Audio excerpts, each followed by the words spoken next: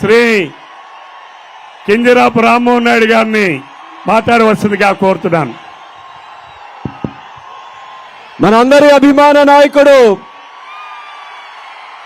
రేపు ఆంధ్రప్రదేశ్ రాష్ట్రానికి కాబోయే ముఖ్యమంత్రి, ఈ రోజు ఎవరైతే అరాచకత్వానికి రాష్ట్రంలో పాల్పడ్డారో వాళ్ళందరి భరతం కూడా పట్టే వ్యక్తి, మనందరి అభిమాన నాయకుడు, ఆంధ్రప్రదేశ్ రాష్ట్రం అంతా కూడా ఆరాధించే వ్యక్తి, ప్రపంచం మొత్తం మీద తెలుగు జాతి కన్న ముద్దు బిడ్డగా కీర్తింపబడినటువంటి వ్యక్తి మన నారా చంద్రబాబు నాయుడు గారికి శ్రీకాకుళం జిల్లాలో స్వాగతం పలుకుతున్నాం. హృదయపూర్వకమైనటువంటి నమస్కారాలు తెలియజేసుకుంటున్నాం. వేదికను అలంకరించినటువంటి అతరథ మహారథులు, తెలుగుదేశం పార్టీ కుటుంబ సభ్యులకి కూడా నమస్కారాలు.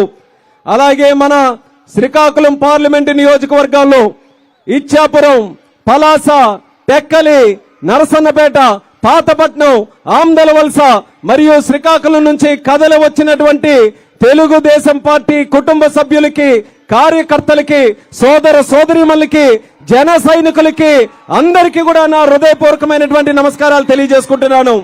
1982లో విశ్వవిఖ్యాత నట సార్వభౌముడు నందమూరి తారక రామారావు గారు తెలుగుదేశం పార్టీ పెట్టినప్పుడు కథలు మనం అందరం కూడా విన్నాం. ముఖ్యంగా ఈ రోజు యువతరం, ఆ రోజు నందమూరి తారక రామారావు గారు దారి పొడుగునా యాత్ర చేసుకుంటూ ముందుకు వెళ్తే ఊరు వాడ పులకరిస్తూ ఏ రకంగా కథలు వచ్చిందో పెద్దలు ఎందరూ కూడా మనకు చెప్తూ ఉంటారు.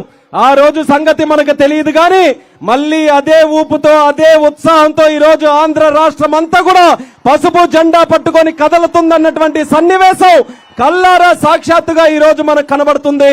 అంత కసి మీద తెలుగుదేశం పార్టీ కార్యకర్తలు ఉన్నారు.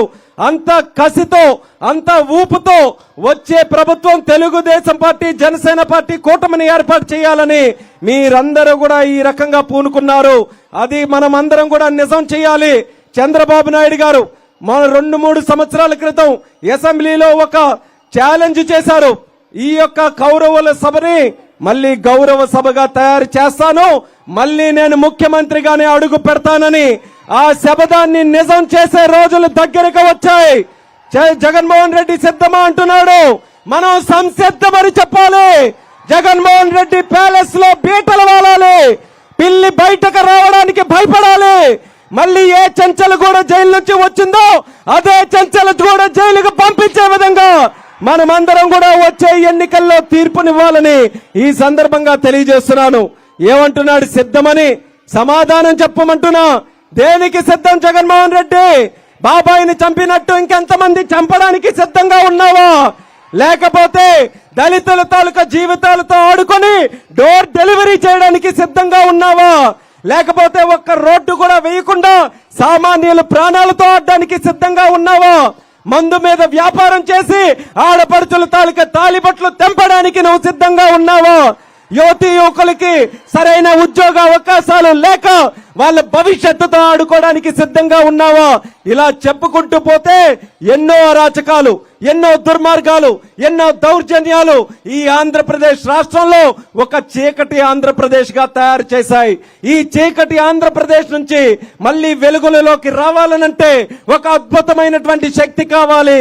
ఆ శక్తి కోసమే చంద్రబాబు నాయుడు గారు, పవన్ కళ్యాణ్ గారు ఇద్దరు కలిసికట్టుగా చేతులు జోడించి ఆంధ్రప్రదేశ్ లో మళ్ళీ దీపం వెలిగించాలని, ఒక నూతన ఉత్సాహంతో ముందుకు నడిపించాలని ఒక నిర్ణయం తీసుకున్నారు. ఆ నిర్ణయం అనుగుణంగానే 99 మంది అభ్యర్థుల్ని మనం నిన్న ప్రకటించాం. ప్రకటన చూసిన తర్వాత మీరందరూ కూడా రాష్ట్రంలో పరిస్థితి చూశారు. వైసీపీ పార్టీలో ఉన్నటువంటి వారందరూ కూడా వాళ్ళ కుర్చీలు వాళ్ళే మడత పెట్టుకొని ఇంటికి వెళ్లే పరిస్థితికి ఈ రోజు వచ్చారనంటే 99 సీట్లకే ఏ రకంగా భయపడుతున్నారో మనం అందరం కూడా చూస్తున్నాం. మనం అనౌన్స్ చేసినప్పుడు నంబర్లు పెట్టాం. 1వ నెంబరు ఫలానా వ్యక్తికి ఇస్తున్నాం, 2వ నెంబరు ఫలానా వ్యక్తికి ఇస్తున్నాం. రేపు వైఎస్ఆర్ కాంగ్రెస్ పార్టీ ప్రకటించిన లిస్టులో 1, 2 ఉండవు. A1, A2, A3, A4 అలా A175 వరకు రాష్ట్రంలో ఉన్నటువంటి గజదంగలు ఎంతమంది ఉంటే, రాష్ట్రంలో ఉన్నటువంటి దౌర్జన్యకారులు ఎంతమంది ఉంటే, దోపిడీదారులు ఎంతమంది ఉంటే వాళ్ళందరికీ కూడా టిక్కెట్లు ఇవ్వడానికి వాళ్ళకి సిద్ధంగా ఉన్నారు. ఒక్కసారి మనం అందరం కూడా మోసపోయాం. శ్రీకాకుళం జిల్లాలో కూడా మనం మోసపోయాం. ఈ రోజు మీరు చూస్తున్నారు శ్రీకాకుళం నియోజకవర్గంలో అహ్మదాబాద్ నియోజకవర్గంలో ఎంతో మురిసిపోయి ఆ రోజు వైఎస్ఆర్ కాంగ్రెస్ కి ఓట్లేశారు. అదే రకంగా ఒకరు స్పీకర్ గా ఉన్నారు, మరొకరు మంత్రిగా ఉన్నారు. ఈ రోజు ప్రపంచాన్నే జయించే శక్తిగా మాట్లాడుతుంటారు. కనీసం ఒక 10 కిలోమీటర్ల రోడ్డు కూడా ఈ రోజు వేయించుకోలేకపోయారనంటే ఎంత దుస్థితిలో ఈ రోజు ఈ రాష్ట్రం ఈ జిల్లా ఉందో ఒక్కసారి మనం అందరం గమనించాలి. చంద్రబాబు నాయుడు గారు ఆ రోజు మనకి ముఖ్యమంత్రిగా ఉన్నప్పుడు శ్రీకాకుళం జిల్లాలో ఎన్నో కార్యక్రమాలు చేశారు. ఆయన చేసినటువంటి కార్యక్రమాల వల్లే ఈ రోజు వరకు అంతంత మాత్రాన మన జిల్లాలో ఏదో అభివృద్ధి జరిగిందని మనం చెప్పుకోగలుగుతున్నాం. మళ్ళీ మీరు ఖచ్చితంగా ముఖ్యమంత్రి అవుతారు. ఈసారి ముఖ్యమంత్రి అయిన తర్వాత మా జిల్లాలో ఉన్నటువంటి ప్రధాన సమస్యలన్నిటికీ కూడా ముగింపు కార్డు వేయాల్సిందిగా ఈ వేదిక ద్వారా మీకు పిలుపునిచ్చుకుంటున్నాను. మా జిల్లాకు ఉన్నటువంటి ముఖ్యమైన సమస్యలు వ్యవసాయానికి సంబంధించి సాగునీరుకి మీరు ఆ రోజు కలకన్నారు. నదులు అనుసంధానం చేయాలి, వంశధారాన్ని నాగావళితో అనుసంధానం చేయాలి, వంశధారిని బాహుదాతో అనుసంధానం చేసి ఇచ్చాపురం వరకు 2 పంటలు పండించుకునే సాగునీరు అందించాలని మీరు ఆ రోజు కలలు కని 6,283 కోట్ల రూపాయలతో ఆ రోజు జియో తీస్తే జగన్మోహన్ రెడ్డి వచ్చిన తర్వాత జియోని చింపి పక్కన పెట్టాడు. ఒక్క అభివృద్ధి కార్యక్రమం జరగలేదు. వ్యవసాయానికి సంబంధించి ఒక్క ప్రాజెక్టు ఈ రోజు పూర్తి కాలేదు. మీరున్నప్పుడు వంశధారికి 400 పైగా కోట్లు రిలీజ్ చేశారు. ఆఫ్ షోర్ రిజర్వాయర్ కి 400 పైగా కోట్లు రిలీజ్ చేశారు. ఈ రోజు ఆ ప్రాజెక్టుల్లో ఒక్క పైసా కూడా ఈ రోజు ఖర్చు పెట్టే పరిస్థితి లేదు.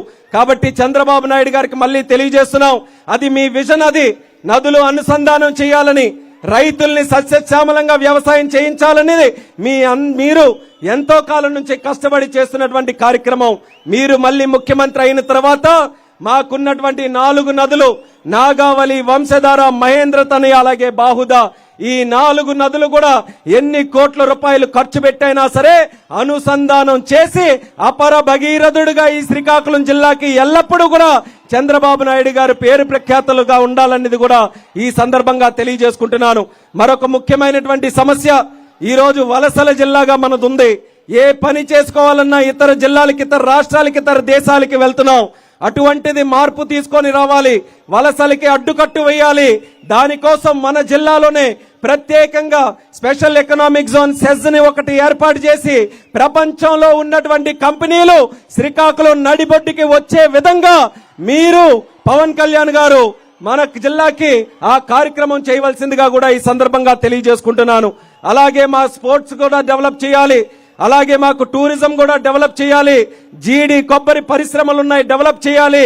ఇవన్నీ కూడా డెవలప్ చేయాలనంటే మళ్ళీ తెలుగుదేశం పార్టీ, జనసేన పార్టీ కూటమి రావాలి. కాబట్టి ప్రజలు మీకు కూడా తెలియజేస్తున్నాను, దయచేసి ఈసారి ఎక్కడ ఎటువంటి తప్పులు లేకుండా ప్రతి ఒక్క నియోజకవర్గంలో మన కూటమి తాలూకా అభ్యర్థుల్ని అఖండమైనటువంటి మెజారిటీతో గెలిపించి మళ్ళీ తెలుగుదేశం పార్టీ, జనసేన పార్టీ ప్రభుత్వాన్ని మనం ఏర్పాటు చేయవలసిందిగా శ్రీకాకుళం జిల్లా ప్రజలందరినీ కూడా ఈ సందర్భంగా తెలియజేస్తున్నాను. మనం కానుకగా ఇవ్వాలి చంద్రబాబు నాయుడు గారిని. ఎంతో ఆశ పెట్టుకున్నారు శ్రీకాకుళం జిల్లా మీద. తెలుగుదేశం పార్టీ పుట్టినప్పటి నుంచి ఒక కంచుకోటలాగా ఈ జిల్లా ఉండింది. అటువంటి కంచుకోటను మళ్ళీ మనం తయారు చేసుకోవాలి. 7 నియోజకవర్గాల్లో అసెంబ్లీలో మనం గెలవాలి. ఎంపీని కూడా మనం గెలిపించుకొని ఈ శ్రీకాకుళం జిల్లా తెలుగుదేశం పార్టీకి గుండెకాయ అనేది మనం అందరం కూడా నిరూపించుకోవాలని కార్యకర్తలందరికీ కూడా ఈ సందర్భంగా పిలుపునిస్తున్నాను. జనసేన కేడర్ కూడా ఎంతో ఆనందంగా ఈ యొక్క పొత్తును కూడా స్వీకరించి వాళ్ళు కూడా ఈ రోజు కలిసికట్టుగా గ్రామంలో కూడా ముందుకొస్తున్నారు. జన సైనికులకు కూడా ప్రత్యేకమైనటువంటి అభినందనలు. ఈ రోజు వైఎస్ఆర్ కాంగ్రెస్ పార్టీ వాళ్ళ క్యాడర్ ఎవరో తెలియదు, వాళ్ళ నాయకులు ఎవరో తెలియదు. ఎంపీలుగా, ఎమ్మెల్యేలుగా పోటీలు చేయమని టిక్కెట్లు ఇస్తామనంటే ఏ ఒక్కరు వచ్చే పరిస్థితి లేదు. అటువంటిది వాళ్ళ పార్టీ గురించి ఈ రోజు మాట్లాడుకోకుండా మన పొత్తుల గురించి ఈ రోజు మాట్లాడుతున్నారు.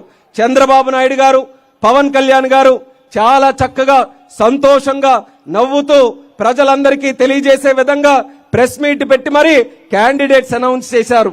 ఆనందంగా అనౌన్స్ చేశారు. చేతులు కలుపుకొని మనం అనౌన్స్ చేశారు. చంద్రబాబు నాయుడు గారికి లేని బాధ, పవన్ కళ్యాణ్ గారికి లేని బాధ అంబటికి పుట్టుకుందో ఏంటో తెలియట్లేదు. కోడిగుడ్డి మంత్రికి పుట్టుకుంది ఏంటో తెలియదు. రోజా గారికి పుట్టుకుంది ఏంటో తెలియదు.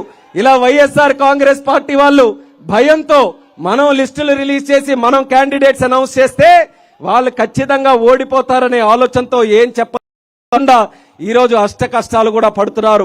అందుకని ప్రజలకు కూడా నేను చెప్పేది చేసి మీరెవ్వరు కూడా ఓవర్ కాన్ఫిడెంట్ కావద్దు. గెలుస్తాం మనం ఖచ్చితంగా. కానీ ఆఖరి ఓటు పడేంత వరకు కూడా, ఆఖరి నిమిషం వరకు కూడా, పోలింగ్ జరిగేటటువంటి ఆఖరి నిమిషం వరకు కూడా మనం అందరం కూడా అప్రమత్తంగా ఉండి వాళ్ళు చేసే ప్రతి కార్యక్రమానికి కూడా తిప్పికొట్టే విధంగా మన కార్యకర్తలు అందరూ కూడా సిద్ధంగా ఉండాలని మళ్ళీ ఈ సందర్భంగా తెలియజేసుకుంటూ, ఇంత పెద్ద ఎత్తున జిల్లా నలుమూలల నుంచి కూడా కదలి వచ్చినటువంటి కార్యకర్తలందరికీ కూడా పాదాభివందనం ఈ సందర్భంగా తెలియజేసుకుంటున్నాను. అన్ని దారులు కూడా ఈ యొక్క మీటింగ్కే ఈ రోజు వచ్చే విధంగా ప్రతి ఒక్కరు కూడా ఈ ప్రాంగణానికి విచ్చేశారు. కాబట్టి రేపు రాబోతున్నటువంటి ఎన్నికల్లో చంద్రబాబు నాయుడు గారిని ముఖ్యమంత్రి చేయడానికి అందరూ కూడా కృషి చేయాలని తెలియజేసుకుంటూ మీ అందరి దగ్గర సెలవు తీసుకుంటున్నాను.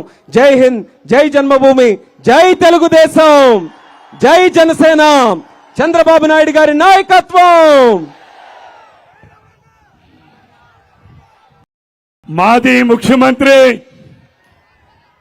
ఈరోజు భవిష్యత్తుకు దార్శనికుడు, పరిపాలనలో